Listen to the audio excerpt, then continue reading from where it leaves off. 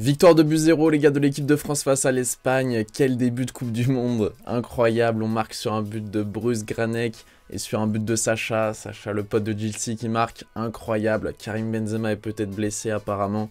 Mais bon, devant, on a du Amine Mathieu, on a du Yass encore. Tout ça pour dire, les gars, que je vous fais un petit débrief en rigolant parce que je viens de regarder le match d'Amine Mathieu, du coup, avec plus d'1 million de viewers sur Twitch.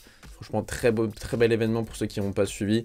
Il a réuni les plus grands youtubeurs et streamers français face aux plus grands youtubeurs streamers espagnols. L'Espagne a l'habitude de faire ça, c'est leur troisième match. Ils ont joué au Camp Nou Santiago Bernabéu. Et là, c'était au stade de Louis Baudin. Pas du tout Louis Baudin. Je sais plus comment il s'appelle le stade, mais c'est le stade à côté du Parc des Princes, le stade de rugby. Et donc, on va voir un petit peu quels joueurs ont été les meilleurs, quels joueurs ont été pas très bons.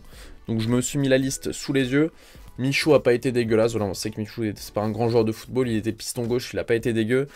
Inoxtag, il a été très drôle, ça c'est le plus important. Voilà, il est très nul au foot, mais bon, il était volontaire, il avait beaucoup d'énergie, il a fait rire la foule, plus de 20 000 personnes, donc franchement, chapeau à lui. Billy, voilà, pas foufou. Amine, il a raté 2 face-à-face, donc je vais pas le mettre dans mes tops non plus, mais franchement, très bel événement de la part d'Amine Mathieu. Félicitations à lui, vraiment, à la fin, je crois qu'il s'est cassé un peu la clavicule, ou cassé l'épaule, ou déboîté l'épaule. Je sais pas vraiment ce qu'il a, mais en tout cas, j'espère que c'est rien de grave, parce que là, je pense qu'il a envie de profiter après un événement de fou comme ça. Donc, après, on a Domingo, un de mes streamers préférés, Domingo, vraiment, il est exceptionnel, qui m'a plutôt déçu, on va dire, pendant ce match, qui était plutôt absent. Donc, Domingo, je vais pas le mettre dans mes tops non plus. Gilsi, le gardien, qui a rien eu à faire tellement l'Espagne était mauvaise. Vraiment, la France, on a gagné 2-0 vraiment facilement. L'Espagne a été nulle, vraiment. Je m'attendais en fait, tout le monde disait que l'Espagne allait battre la France. Et au final, ils ont été vraiment nuls. Donc, Gilsi n'a rien eu à faire à part une sortie dans les pieds qui a été très bien maîtrisée. Donc voilà, après le jeu au pied, il aimait bien crocheter, il aimait bien prendre des risques à la relance. Donc Gilsi, il a été plutôt bon. Pas dans mes tops, mais voilà.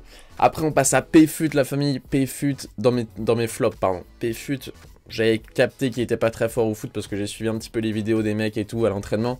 Mais pas à ce point-là. Je sais pas si je pourrais dire qu'il était nul, mais en fait, il a été absent, invisible. Comme Carlos Soler au PSG, il a été invisible. Pourtant, c'est le joueur le plus rapide de l'équipe. Il a pas pris une seule fois un joueur de vitesse. Donc Pfut, vraiment déçu, je le mets dans mes flops direct. Ensuite, on a Carlito. Je le mets ni dans mes flops ni dans mes tops, il a pas beaucoup joué. Défenseur central, voilà, il a pas beaucoup joué.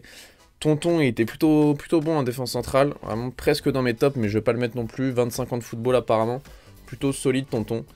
Après, on avait Alonso, Alonso numéro 6, pote de Kamel, de Kameto. Il joue en R1, les gars, donc très bon joueur.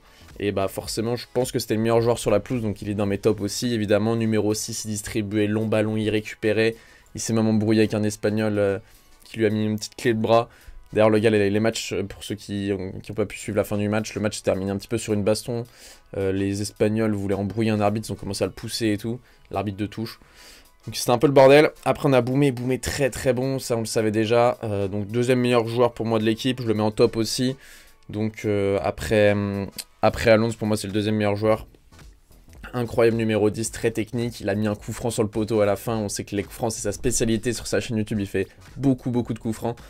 Donc très déçu pour lui, mais bon, franchement il m'a régalé. C'était un des seuls joueurs qui était au niveau, parce que vraiment le match était assez nul. Je m'attendais pas à un niveau aussi catastrophique, la famille, ils étaient vraiment mauvais. Bruce Granek, pour l'info, qui a joué dans mon club à la Saint-Médard de Doulon à Nantes. Donc voilà, on a vu, il a marqué.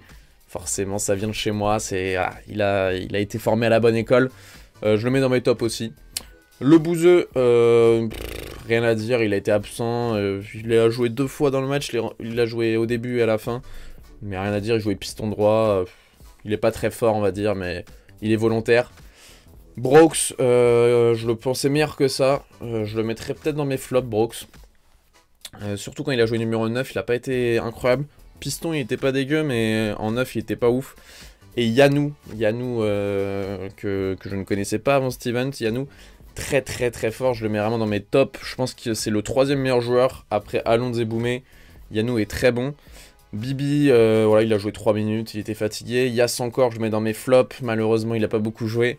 Mais je m'attendais à un but de Yass. Je sais pas pourquoi je sentais le but de Yass.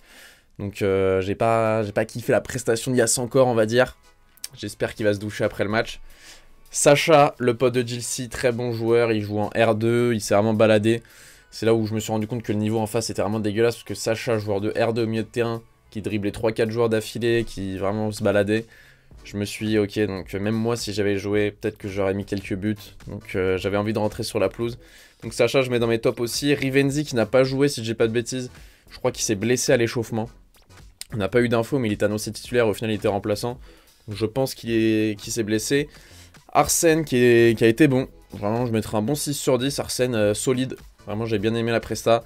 Et Zach Nani, bah, qui a fait de son mieux, mais forcément, il fait 110 kilos. C'est pas une insulte, il a vraiment dit qu'il faisait 110 kilos. Donc forcément c'est compliqué, il joue de la jouée numéro 9, les appels en profondeur c'était un peu dur, venir décrocher c'était un peu dur, mais bon, il a fait de son mieux. Et côté espagnol, le meilleur joueur pour moi c'était le gardien, leur gardien était très très fort. DJ Mario, qui était le capitaine, que j'ai pas beaucoup vu, donc que je mets en flop aussi de leur côté. Et le dernier joueur, Papy, je sais pas quoi, DJ Papy, ou je sais plus comment il s'appelle, un tout petit là qui faisait que de chercher la merde, qui était annoncé comme être le meilleur joueur espagnol, il a été très nul aussi. Donc voilà la famille, petit débrief d'un match de youtubeur. Je sais pas pourquoi je fais cette vidéo, mais bon, j'ai kiffé le match, j'ai kiffé l'event. Je me dis, je vais faire un débrief sur ma chaîne, on va voir ce que ça donne. Voilà la famille, n'hésitez pas à liker, à commenter. Et c'est le début de la Coupe du Monde demain, c'est une vidéo par jour et ça sera des vidéos bien plus sérieuses, bien plus travaillées. Bonne matinée, bonne journée, bonne soirée, bonne nuit. Peace!